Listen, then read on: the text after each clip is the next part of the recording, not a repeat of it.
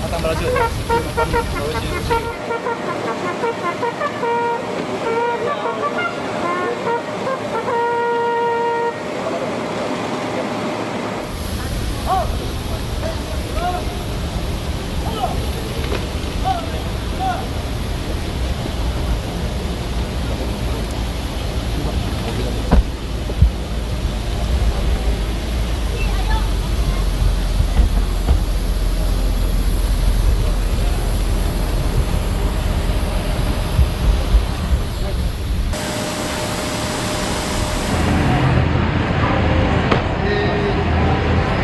Yeah, welcome to Rio de Janeiro, Mr. President. I'm the grandson of Pak Zainal. Oke, terus kamu tadi ditanya apa sama Pak Prabowo? Is your dad here? And where is your dad? Oke. Terus sampai tadi kamu jawab pada your dad, you're not sure ya? Yeah, I'm not sure. Terus tadi latihannya berapa lama? Tes kayak untuk ngomong kayak gitu ke Mr. Presiden? Kayak 10 menitan. 10 menit. Saya kan pendek. Bapak deg-degan nggak? Iya. Happy? Yes. Atau ini pertama kali ketemu Pak Prabowo kan? Iya. What's your first impression? Yes. Aduh, rasanya senang banget ya. Kita sebagai orang Indonesia di Rio bangga banget karena bisa dapat pertama dikunjungi sama Bapak Presiden ya. Gitu. Dan lagi ya kita hanya bisa berdoa semoga Bapak Presiden diberi kesehatan, sehat supaya bisa memimpin bangsa Indonesia. Jadi Ya. sempat diajak ke ngobrol. Iya. Apa sih dia? Oh, dia tanya saya dari mana? Saya bilang saya dari Kalimantan. Terus tanya suami dari mana? Ya cerita juga gitu. Oh ya, gimana ya? Pertama kali untuk saya juga lihat Presiden Indonesia.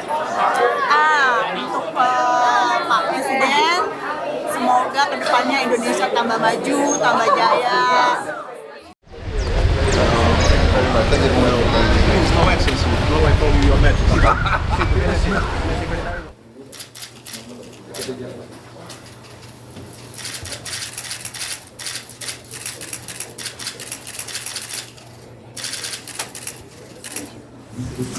First of all, Your Excellency,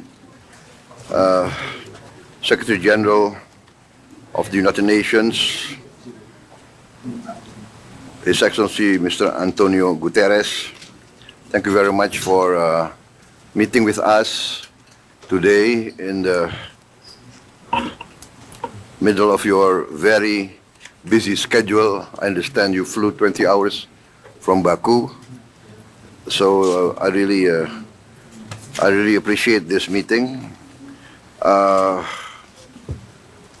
We really appreciate, respect, and support your consistent stand to uphold international peace, international justice, international law. This is really uplifting for us that you are consistent in this, and for us, your stand on many of the issues of concern in this present situation, especially the issue of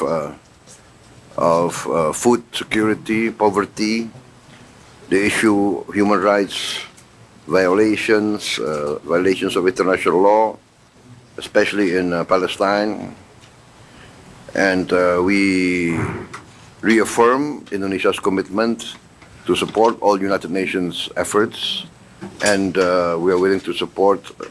For instance, we are on record as saying that we will support peacekeeping forces in the event there's a possibility of ceasefire and the need for internationally mandated peacekeeping forces. We are ready to provide the forces. So I also thank you for your letter of the issues that you want to discuss. As you know, in the issue of global climate change, we are very committed. We are very ambitious. I plan in my new administration to go completely 100% renewable and green. And we hope that we can achieve this within 10 years, but on several issues we can go faster. For instance, we have already developed the technology to make diesel oil from plants, from palm oil, diesel oil, and we are also now developing to produce benzene, gasoline from palm oil, but the economic cost is still not attractive. So we have to find a new, better procedures. But we hope maybe in 2-3 years we can get an economically attractive to get gasoline from plants. And renewables, we have a lot of geothermal. I think Indonesia is very blessed. We are the largest reserves of geothermal energy in the world. I think about 60% of geothermal energy is in Indonesia. We have also, of course, abundant solar energy. Solar energy, I think the photovoltaic panels and electricity from solar energy is very attractive because we are very dispersed. We have a lot of islands, 17,000 islands, but we are committed and we are very optimistic. We are very bullish on this transition to a green energy. So once again, Secretary General, we support you. We are inspired by you, by your committed stand for international peace and international law, and we hope if we can support you in more ways, we are very willing to do so. Thank you very much, Secretary General. Your Excellency, Mr. President, I want first of all to say that Indonesia is for us an extremely strategic, valuable partner. We see eye to eye with Indonesia in relation to the crucial aspects that we face in today's world.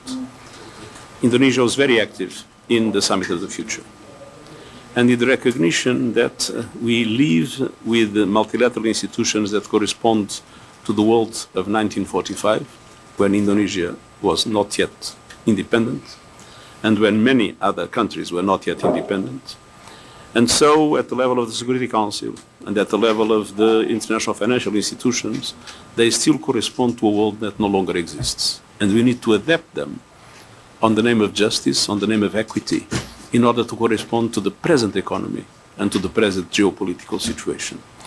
And that means that the role of countries like Indonesia, that is emerging as an extremely important international partner, is for us vital in our efforts to bring more justice, more equity, and more capacity of the international system to support developing countries that still are the victims of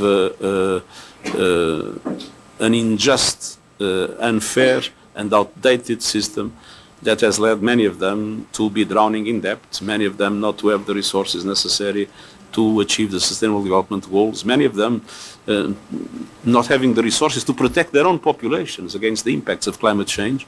And so there is a reform of the Security Council and the reform of international financial institutions in which we see eye to eye with Indonesia, and Indonesia has played a very important role in the Summit of the Future, and we want to go on working closely with Indonesia in the preparation of future reforms.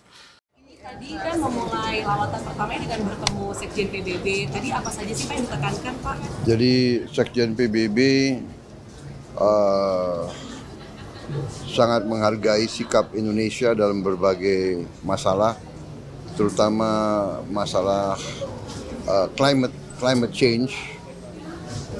Indonesia sangat mendukung upaya-upaya untuk mengambil langkah-langkah ya, mengurangi emisi karbon, dan Indonesia memang kita berniat dan kita punya rencana dan kita punya kemampuan untuk benar-benar menuju energi terbarukan, renewable energy. Kita sangat punya potensi dan sangat mampu, renewable dan green. Jadi kita nanti dari sumber-sumber energi, geothermal, hidro, kemudian panas matahari, dan terutama dari tanaman, bioenergy, biofuel. Jadi kita sangat mendukung. Beliau berharap kita terus, Indonesia dipandang cukup penting sekarang, dan beliau berharap Indonesia terus mengambil sikap yang proaktif dan mendukung. Saya jawab bahwa kita akan mendukung sikap PBB, kita akan mendukung sikap beliau, Sekjen PBB. Beliau punya sikap yang penuh dengan prinsip. Juga masalah Palestina, beliau juga punya sikap yang tegas, penuh prinsip, mengutamakan hukum internasional. Tadi bicara soal Palestina juga ya Pak, Yang utama untuk mencapai target tersebut itu apa Pak yang nanti Indonesia melakukan angka? Masalah apa? Energi yang terbarukan itu. Iya, kita menuju bahwa kita nanti berharap net zero emission. Kita menuju ke situ. Ya. Pak Prabowo, tadi kan disebut oleh Pak Sekjen António bahwa Indonesia ini adalah strategic partner, Pak, gitu, dan diharapkan kehadiran Indonesia. Nah, apakah Bapak berencana nanti ke depannya juga bakal istilahnya selalu hadir gitu, Pak, ya, di UN General Assembly agar Indonesia lebih hadir gitu, Pak? Ya, kita lihat perkembangan ya, tentunya saya fokus sebetulnya ya. Bulan-bulan pertama, tahun-tahun pertama saya harus fokus untuk memperbaiki ekonomi dalam negeri, domestik. Saya kebetulan begitu saya dilantik ada G20, ada APEC, jadi saya harus datang, dan juga karena G20 dan APEC itu berdekatan dan jauh, kalian saya manfaatkan untuk mampir ke beberapa negara, Tiongkok, Amerika. Nanti pulang dari sini saya akan ke Inggris untuk ketemu, bicara masalah ekonomi juga, kemungkinan kita bisa narik investasi, dan dari situ saya juga berusaha untuk mampir di Timur Tengah, beberapa negara di Timur Tengah. Hanya kita lihat apakah tanggalnya cocok atau tidak. Tapi saya ingin segera pulang sebetulnya. Undang ya Pak. Terima kasih. Pak, kalau yang G20 sedikit Pak, mungkin apa sikap Indonesia nanti akan disampaikan di G20 besok? Ya, kita tetap akan menyuarakan bahwa perekonomian dunia sangat tergantung stabilitas, dan kita mendorong stabilitas, mendorong perdamaian, tapi terutama mendorong the rule of law. Ya, oke. Terima kasih.